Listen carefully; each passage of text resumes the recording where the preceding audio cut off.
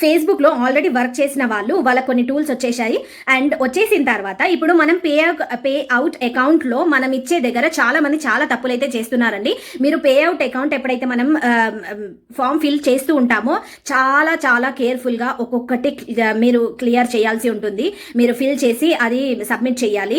లేదు అని అంటే మీకు పే అవుట్ వచ్చే టైంకి చాలా ప్రాబ్లమ్స్ అన్నది ఫేస్ చేయాల్సి ఉంటుంది. ఒకరు నేమ్ సరిగా రాయరు, ఒకరు డేట్ ఆఫ్ బర్త్ సరిగా రాయరు, ఒకరు ఇండివిజువల్ దగ్గర బిజినెస్ అని పెట్టేస్తారు. బిజినెస్ అని పెట్టేసిండ్రు అనుకోండి, మీ అకౌంట్లో $10,000 ఉన్నా మీ బ్యాంక్ అకౌంట్కి రీచ్ కావు. ఇదైతే పక్కా అండి. మీరు ఇండివిజువల్ అని పెడితేనే మీ అకౌంట్లోకి డబ్బులు వస్తాయి. ఇండివిజువల్ తప్పించి మీరు ఏది పెట్టినా మీకు డబ్బులు అన్నది రావండి.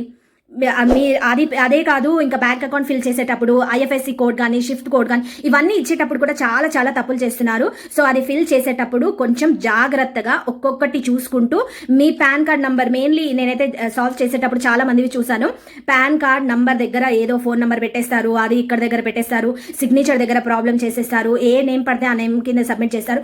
మీ డాక్యుమెంట్స్తో ఏవైతే పేర్లు ఉంటాయో, మీ డాక్యుమెంట్ పైన ఏవైతే పేర్లు ఉంటాయో మీ పే అవుట్ అకౌంట్ దానిపైన కూడా అదే పేర్లు ఉండాలి. ఇది మాత్రం చూసుకోండి. నేను నా దగ్గర అకౌంట్స్ వస్తాయి కదా, సాల్వ్ చేసేటప్పుడు ఎంత హెడ్ఏక్ ఉంటుందో తెలుసా. హెడ్ఏక్ అక్కడ ఇడిసపెట్టండి. మేమైతే పేడే కాబట్టి డబ్బులు తీసుకొని మేము పనిచేస్తాము. బట్ అది సాల్వ్ చేసేటప్పుడు ఎన్ని మెయిల్స్ అన్నది మనం ఫేస్బుక్ వాళ్ళకి పంపించాలో తెలుసా. పంపించినా కూడా చాలా తొందరగా రికవర్ అవుతాయా అంటే కావు.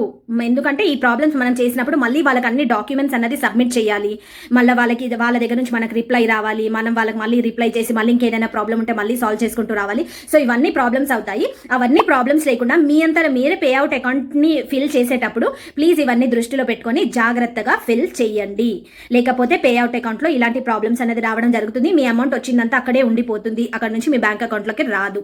ఓకే, సో ఇవన్నీ ప్రాబ్లమ్స్ కాకుండా ఉండాలంటే మీరు కొంచెం జాగ్రత్తగా పే అవుట్ అకౌంట్ అన్నది ఫిల్ చేయాలి. ఓకే.